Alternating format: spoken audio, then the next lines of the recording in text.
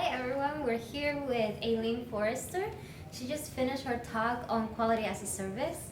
Eileen, you're here for the first time in PNSQC, right? How did you hear about us? I have been hearing about PNSQC for years.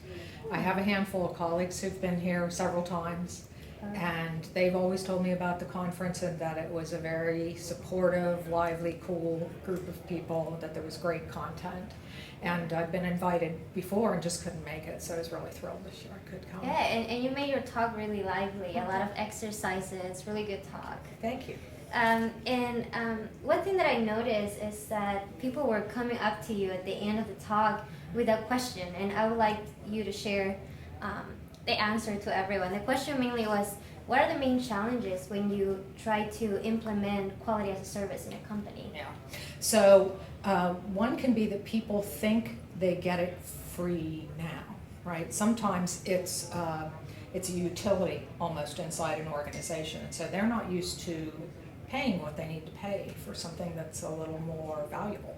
Mm-hmm. And a couple of people were asking me, how do you get people to pay for it? Okay, that's a tough one. You kind of have to prove the value over time, so that's definitely one impediment. Another one is that most quality people are engineers, and engineers don't think of themselves as service people. So in some ways, I've been talking about this for a while, and I call it quality as a service. I have been doing that.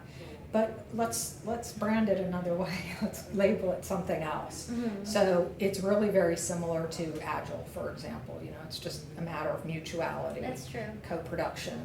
Yeah, collaboration. Value, collaboration, exactly right. Yeah. So. And at the end of your talk, you were doing a lot of exercises, well, throughout the whole talk, but you were going into what you're going to have the workshop on Wednesday. Can you talk a little bit about that? So the workshop is on making your training more learner-centered. Mm-hmm. And this was something I wanted to do because I wanted more effective training than we used to have on CMMI, which is the model that I'm associated with a lot.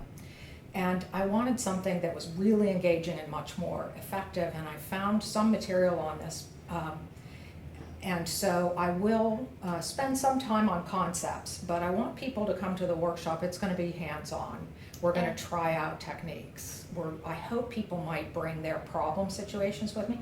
And it can be a training situation, or it could be a change they're trying to manage, how to introduce a new technique, even some product management stuff. The same techniques can be applied to all of those. And I really think all of those have learning in common anyway, and so to the degree you can center on the learner instead of conveying content, you know, in a really passive manner, I think it helps. Yeah, I mean, it helped a lot for this talk. I think everyone was really engaged.